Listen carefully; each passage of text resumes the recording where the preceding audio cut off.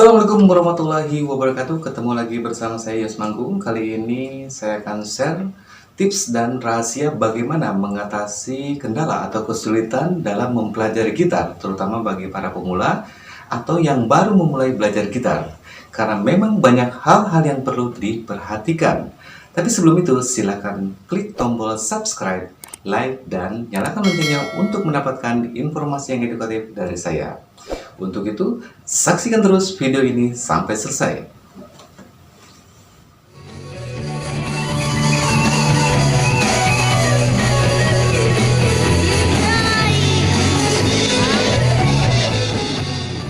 Sebelum saya membagikan tips dan trik bagaimana mempelajari agar cepat bisa dalam bermain gitar, terutama bagi para pemula, saya akan jelaskan jenis-jenis gitar akustik. Yang saya pegang saat ini adalah jenis gitar akustik klasik. Senarnya adalah terbuat dari nilon. Jika kalian yang ingin belajar gitar agar jarinya tidak sakit, silahkan pilih gitar klasik yang senarnya terbuat dari nilon.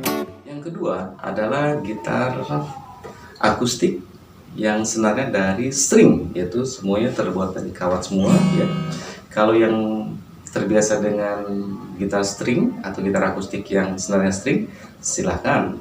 Nah, ini adalah gitar string, senarnya string, kemudian di sini ada equalizernya karena bisa dimasukkan ke dalam sound.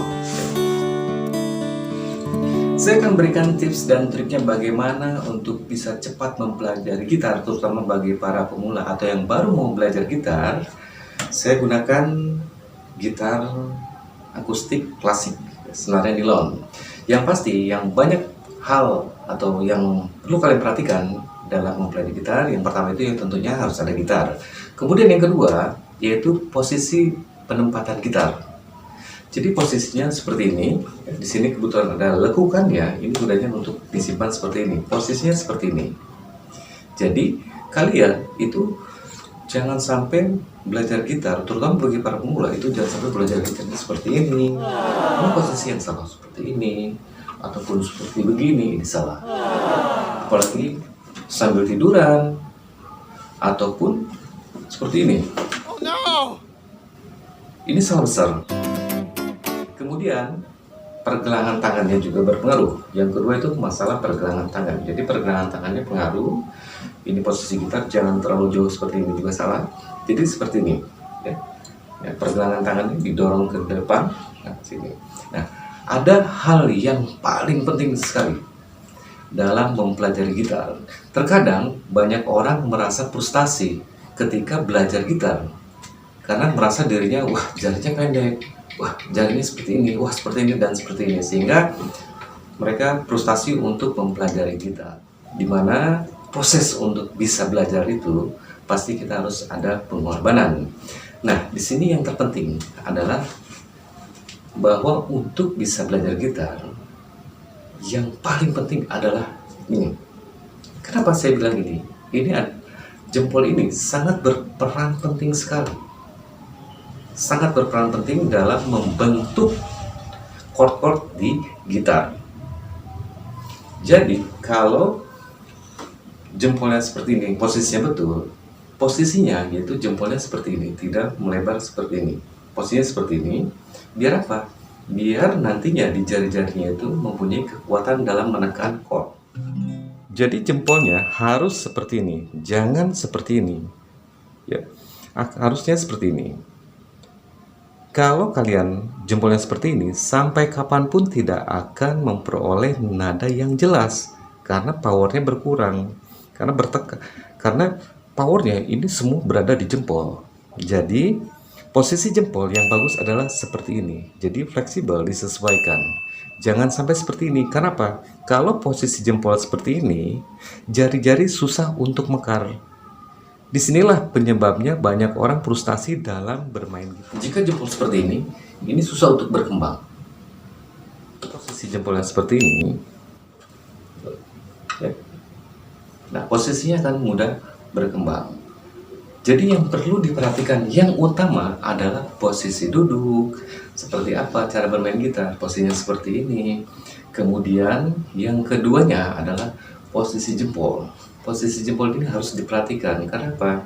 Karena posisi jempol ini mempunyai peran yang sangat penting sekali di dalam penekanan terhadap senar agar nantinya akan menimbulkan atau menghasilkan nada yang jelas. Ini kadang ketika kita main kadang suka lupa.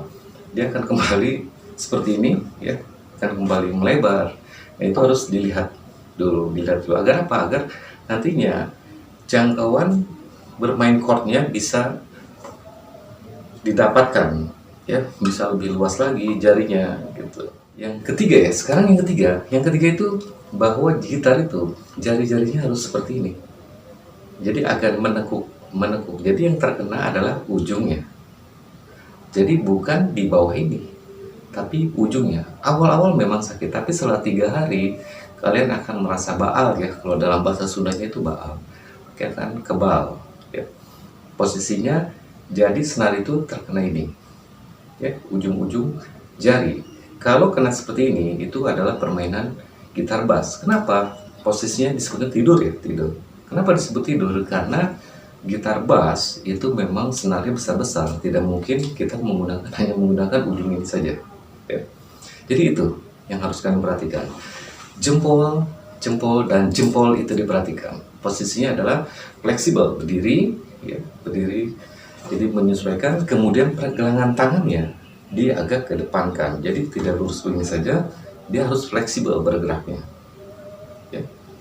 Insya Allah dengan kalian posisi jempolnya bisa diatur ya, bisa berdiri seperti ini, kalian bisa bermain gitar, bisa juga dengan cepat mempelajari gitar ini.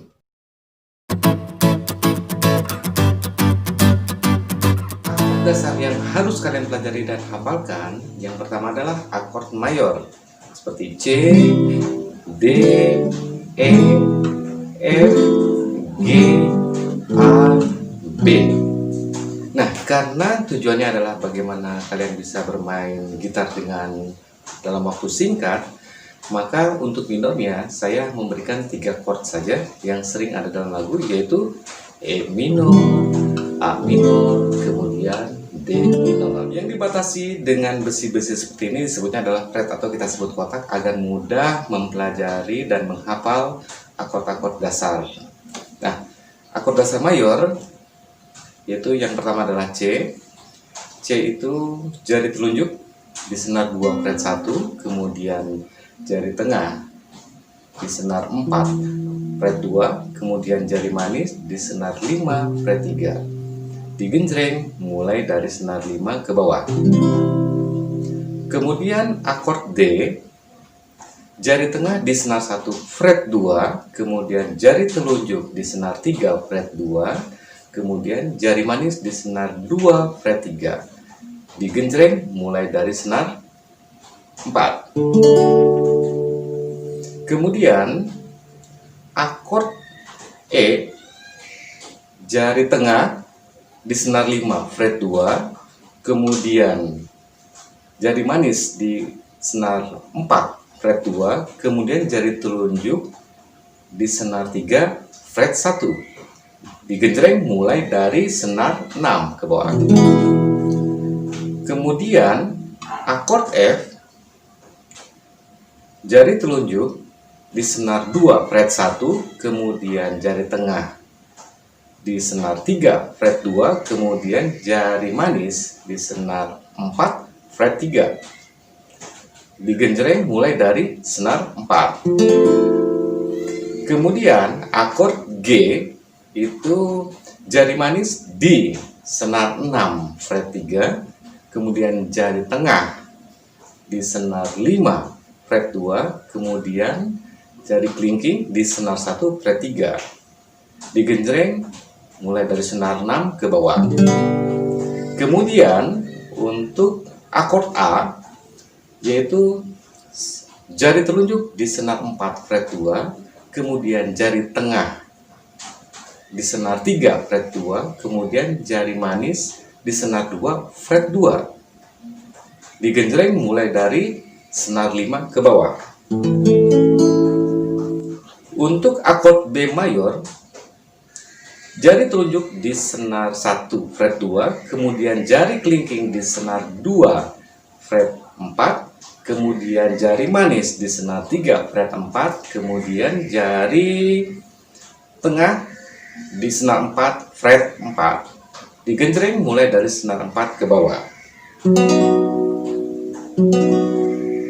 Kemudian untuk E minor, yaitu jari tengah di senar 5 fret 2, kemudian jari manis di senar 4 fret 2. Digenjreng mulai dari senar 6 ke bawah. Kemudian untuk A minor, jari tengah di senar 4 fret 2, kemudian jari manis di senar 3 fret 2, kemudian jari telunjuk di senar 2 fret 1. Digenjreng dari mulai senar 5 ke bawah. Kemudian untuk D minor, yaitu jari telunjuk di senar 1 fret 1, kemudian jari tengah di senar 3 fret 2, kemudian jari manis di senar 2 fret 3. Digenjreng mulai dari senar 4.